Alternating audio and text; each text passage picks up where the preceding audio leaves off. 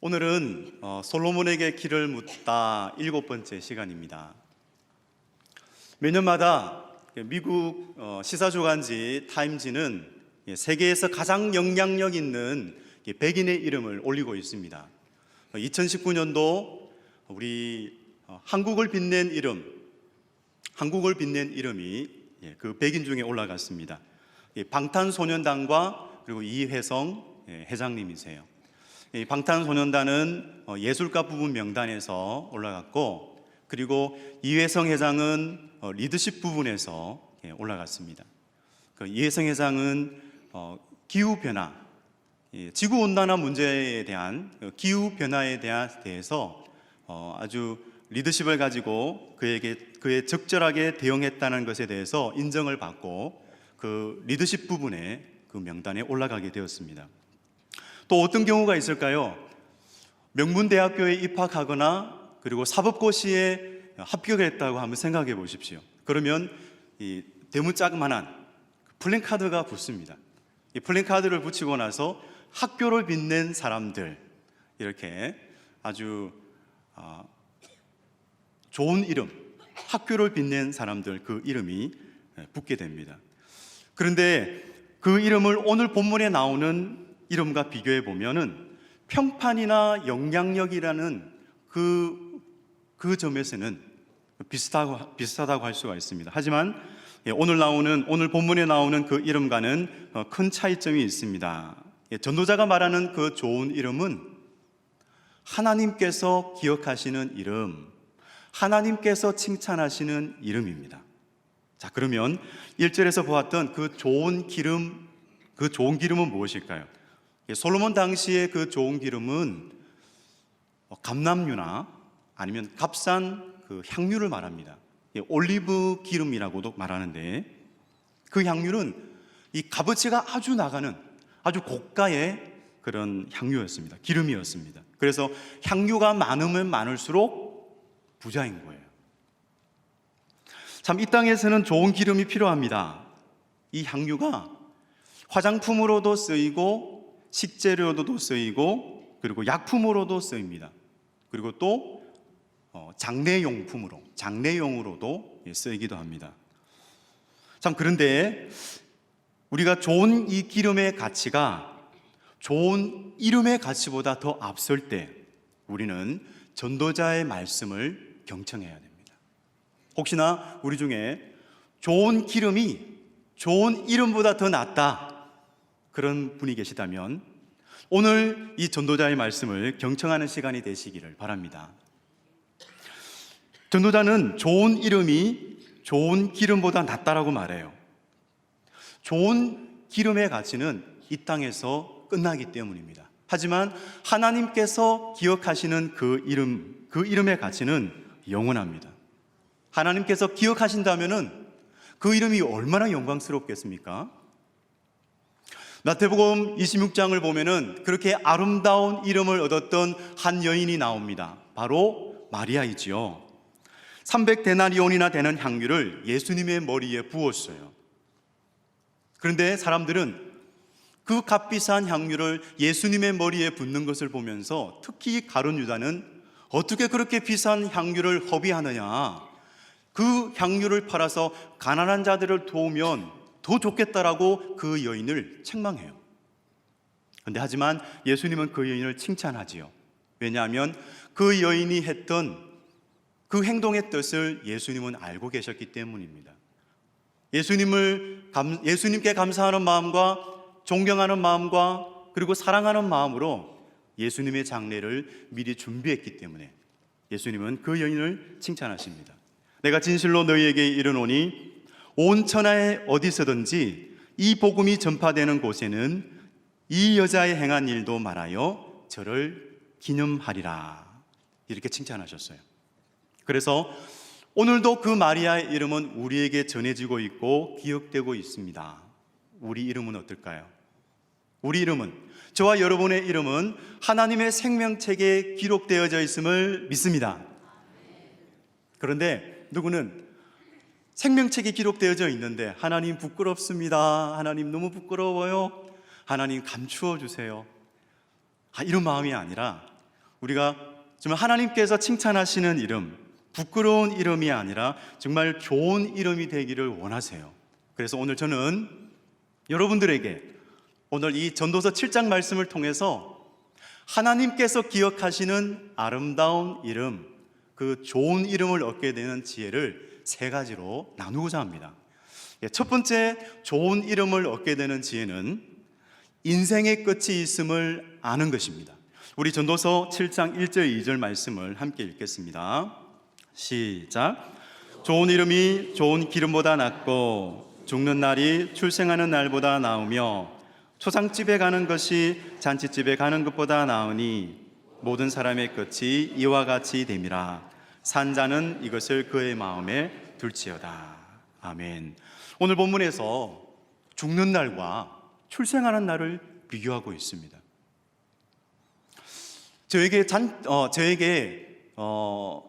장례식장에 가는 것이 좋습니까? 아니면 돌잔치집에 가는 것이 좋습니까? 라고 저에게 물어보신다면 저는 당장 돌잔치집에 가는 것이 좋습니다 라고 저는 대답할 겁니다. 왜냐하면 마음이 편하기 때문입니다.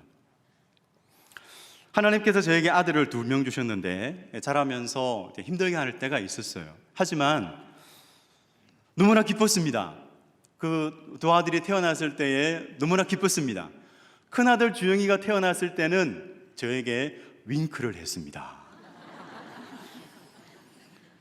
그 아들이 건강하게 자라서 돌잔치하는 날이 되었어요. 많은 가족들이 와서 기뻐하면서 축하해 주었습니다. 또 오랫동안 이 태의 열매를 기다렸던 부부는 어떨까요? 그렇게 오랫동안 기다렸는데 건강한 아기를 출산하면 얼마나 좋겠습니까? 정말 하늘을 나를 것 같은 그런 기쁨이 있지 않겠습니까?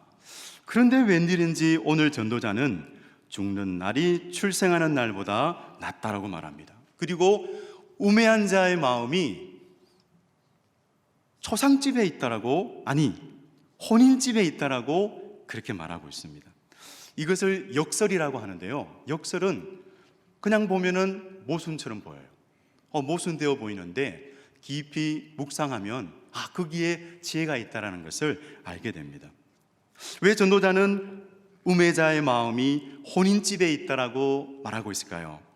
그것은 어리석은 사람은 죽음이라는 인생의 주제를 회피하면서 살기 때문입니다.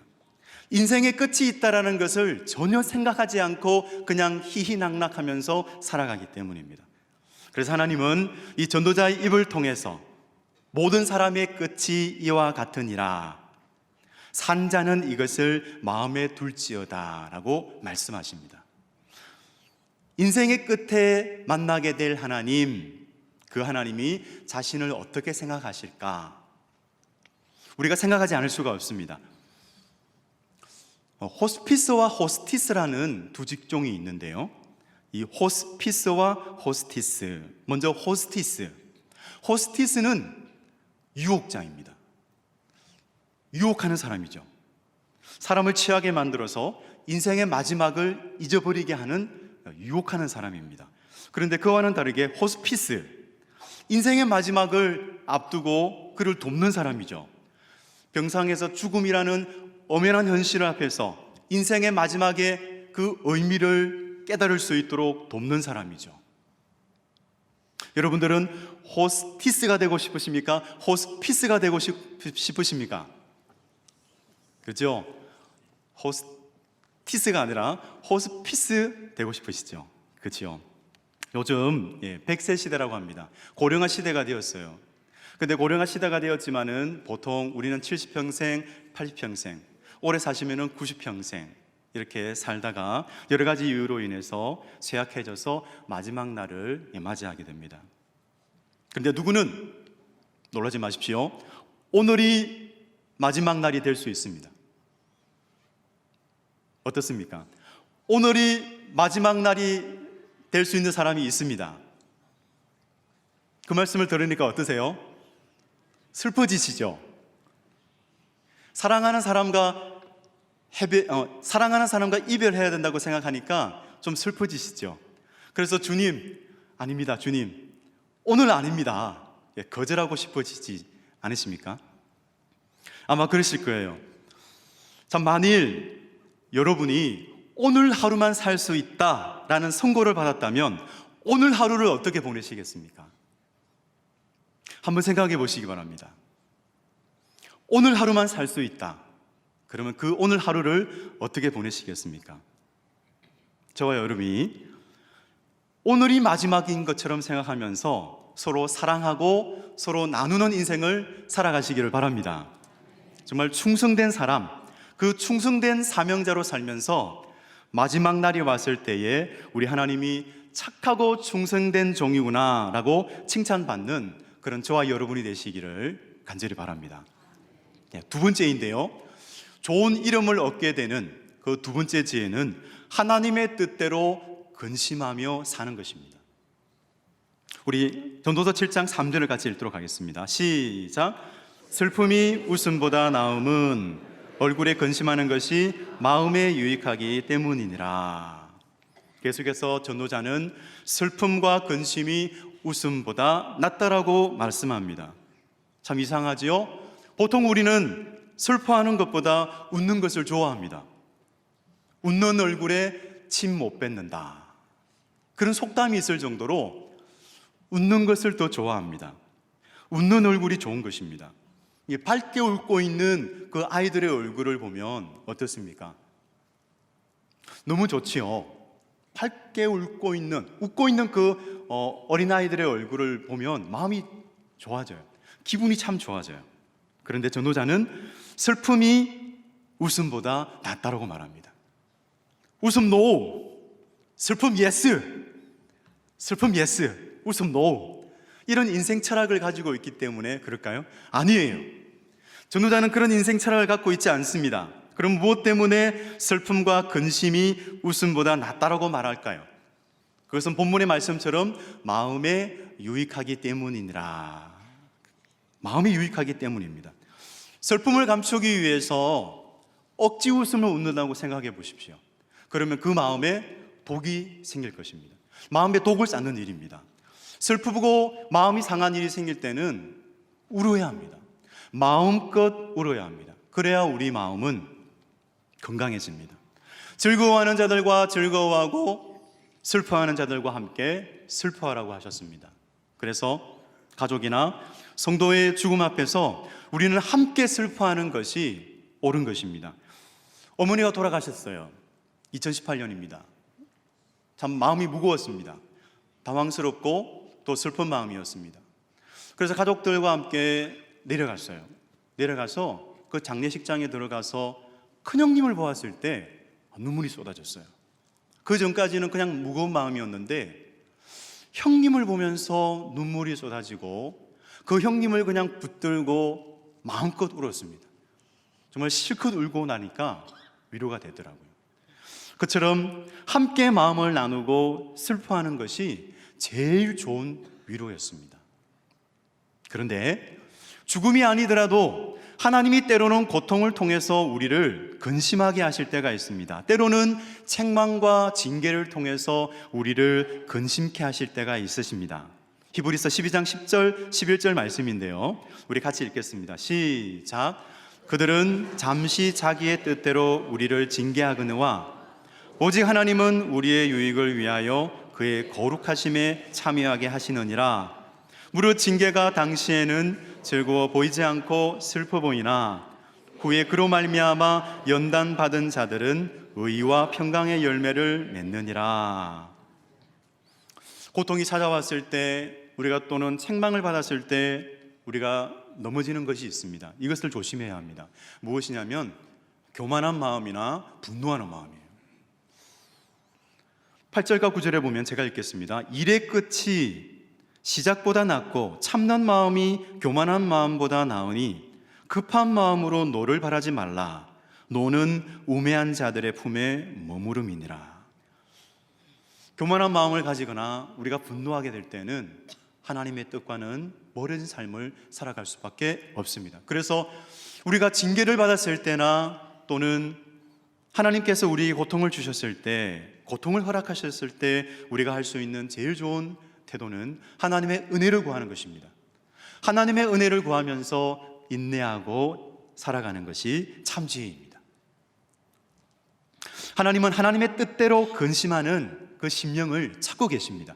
그 심령을 알고 계세요. 또 요한복음 8장을 보겠는데요, 요한복음 8장에는 음행 중에 잡힌 여인의 이야기가 나옵니다. 그 여인이 서기관과 바리새인의 손에 잡혀서 끌려와요. 근데 예수님은 어떻게 하시죠? 서기관과 바리새인들은 예수님을 시험해서 넘어뜨리려고 했는데, 예수님은 너희 중에 죄 없는 자가 돌로 치라, 그렇게 말씀하셨을 때 사람들은 양심의 가책을 느끼고 뿔뿔이 흩어져서 다들 집에 돌아갑니다. 그때 죄인의 구주가 되시는 예수님은 나도 너를 정죄하지 않노니 다시는 죄를 범하지 말라라고 말씀하셨어요. 어떻습니까?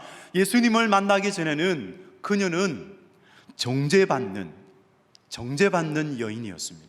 그 이름을 가지고 살아갔어요. 하지만 예수님께서 나도 너를 정죄하지 않는다, 이제부터는 죄를 범하지 마라, 그런 말을 들었을 때 그는 어떤 사람이 되었습니까? 어떤 이름을 가지게 되었죠? 그 여인은 용서받은 사람의 이름을 갖게 되었습니다. 요한복음 21장에도 그와 비슷한 이야기가 나옵니다. 베드로의 이야기인데요, 베드로는 배신자라는 아주 수치스러운 꼬리표를 달고 살 수밖에 없었어요.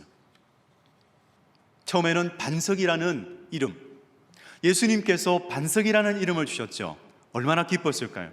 하지만 그가 예수님이 고난당하실 때에 예수님을 3번이나 모른다라고 부인하고 맙니다. 닭 2번 올 때에 3번 네가 부인할 것이다. 전혀 그렇지 않습니다. 예수님, 어떻게 제가 그렇게 부인하다니요? 하지만 그때가 되었을 때에 베드로는 부인하고 말았습니다. 정말 예수님의 수제자로서 자긍심을 갖고 다녔는데 겁쟁이요 그리고 배신자라는 그 베드로로 전락하고 말았습니다.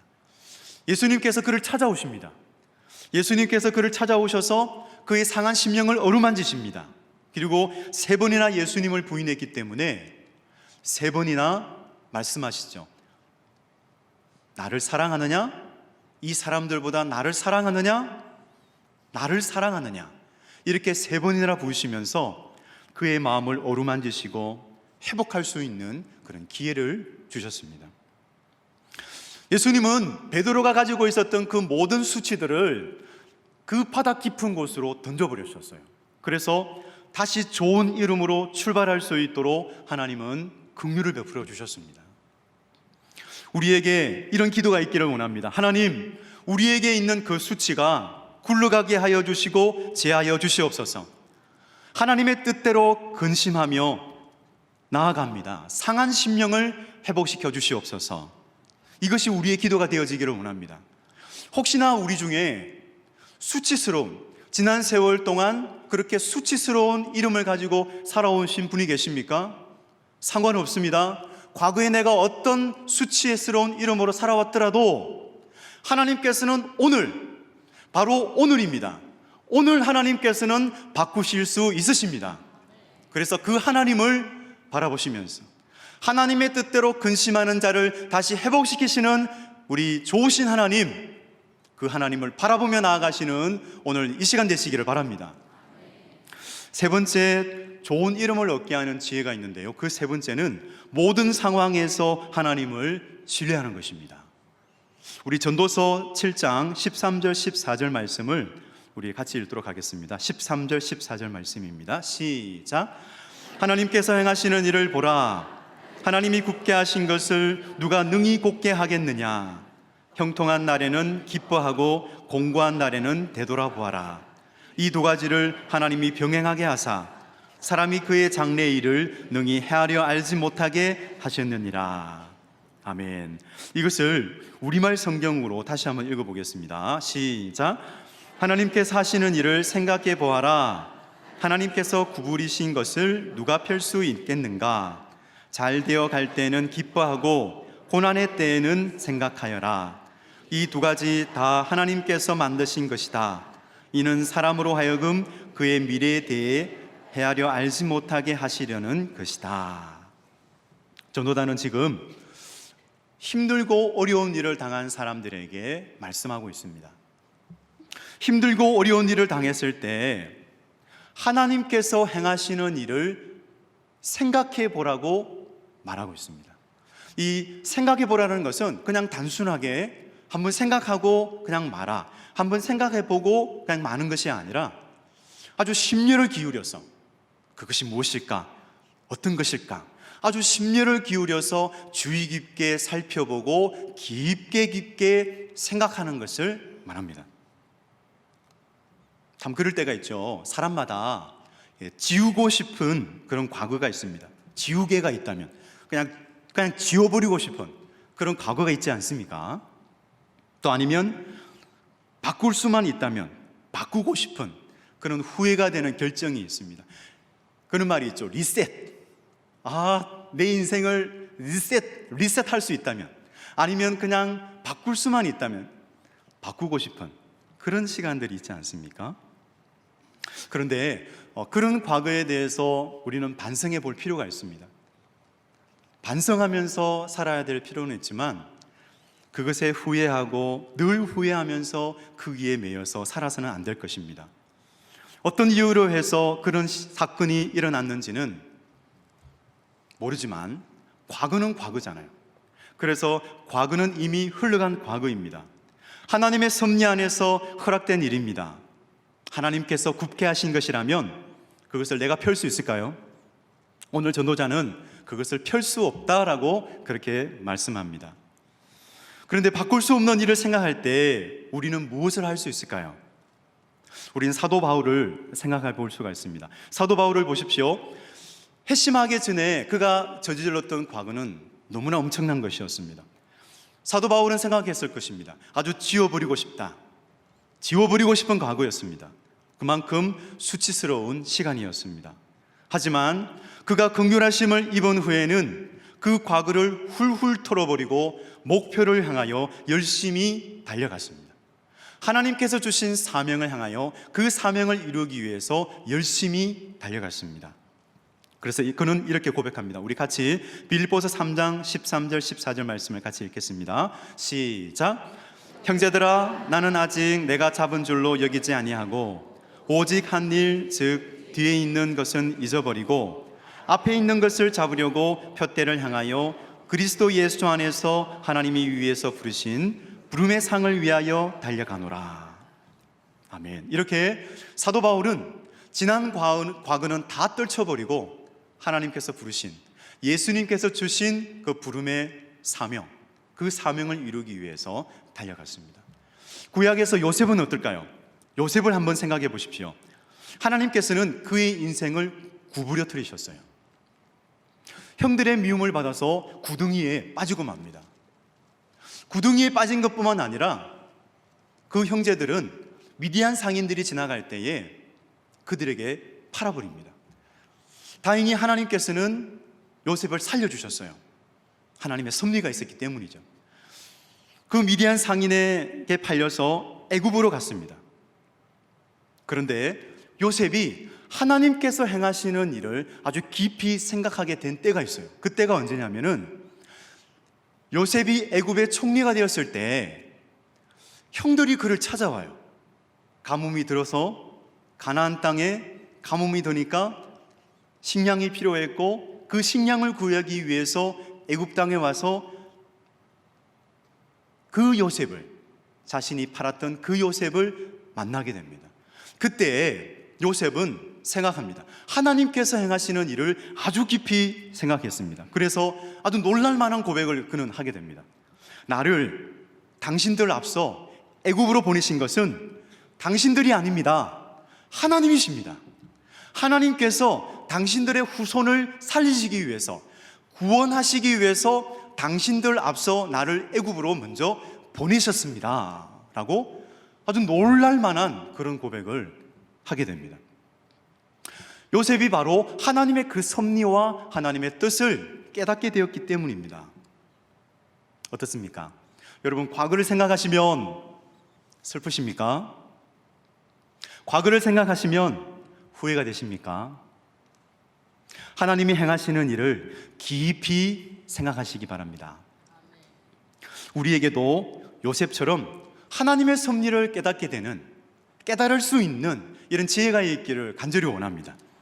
정말 모든 사건 속에서 우리의 길을 인도해 가시는 그 하나님의 손길이 있다라는 것, 그것을 신뢰하시기를 바랍니다. 정말 하나님께서 구부러뜨리신 그 길을 하나님께서 다시 펴주실 때에 우리는 좋은 이름을 얻게 될 것입니다. 하나님께서 주시는 좋은 이름, 그 이름이 무엇일까요? 그 이름은 승리자입니다. 승리자. 우리 로마서 8장 37절 39절을 같이 읽도록 하겠습니다. 시작. 그러나 이 모든 일에 우리를 사랑하시는 이로 말미암아 우리가 넉넉히 이기느니라. 내가 확신하노니 사망이나 생명이나 천사들이나 권세자들이나 현재의 일이나 장래의 일이나 능력이나 높음이나 깊음이나 다른 어떤 피조물이라도 우리를 우리 주 그리스도 예수 안에 있는 하나님의 사랑에서 끊을 수 없으리라. 아멘. 정말 매일매일 살아갈 때에 하나님의 사랑을 기억하면서 하나님의 사랑을 의지하면서 하나님의 통치 가운데로 들어가시기 바랍니다. 그렇게 하나님의 통치 가운데로 들어가게 하는 것이 말씀이요 기도입니다. 그래서 말씀이 들리는 자리로 나아가야 합니다. 오늘 이 수요 예배에 나오신 분들은 정말 복된 사람들입니다. 하나님의 말씀을 들을 수 있는 자리에 있기 때문입니다. 그리고 하나님께 기도하는 자리에 나아갈 때 하나님의 그 은혜로운 통치가 우리 가운데 임하는 거예요. 그래서 우리는 어떤 상황 속에서도 걸어갈 수 있는 새 힘을 얻게 됩니다. 여러분, 어떤 사람이 승리자일까요? 마지막에 웃는 사람이에요. 마지막에 웃는 사람이 바로 승리자입니다. 때로는 실수도 합니다. 때로는 낙담도 합니다. 때로는 실패하기도 합니다. 하지만 하나님께서는 마지막에 우리를 역전승하게 하실 것입니다. 그 하나님을 신뢰하시기 바랍니다. 그래서 마침내 승리자라는 그 좋은 이름을 얻으시기 바랍니다. 정말 하나님께서 기억하시고 칭찬하시는 이름이 있습니다. 착하고 충성된 종이라 그렇게 칭찬받는 이름이 되시기 바랍니다.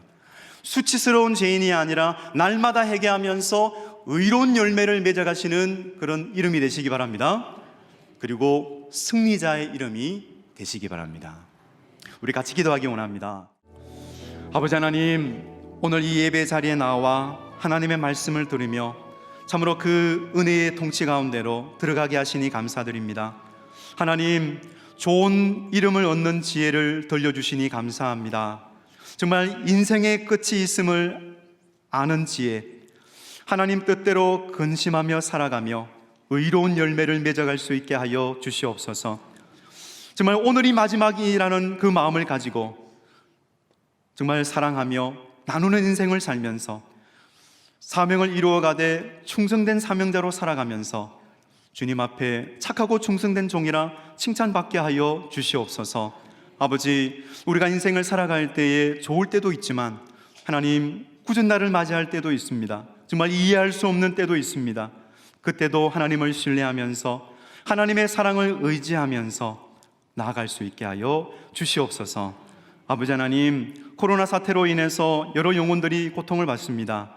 주님께서 긍휼히 여겨주시고 특별히 중국 땅을 하나님 긍휼히 여기사 하나님, 중국 정부가 하나님 앞에서 겸손케 하여 주시고 정말 하나님 앞에 겸손히 엎드릴 수 있도록 아버지, 참으로 그 땅을 고치시고 긍휼히 여겨 주시옵소서.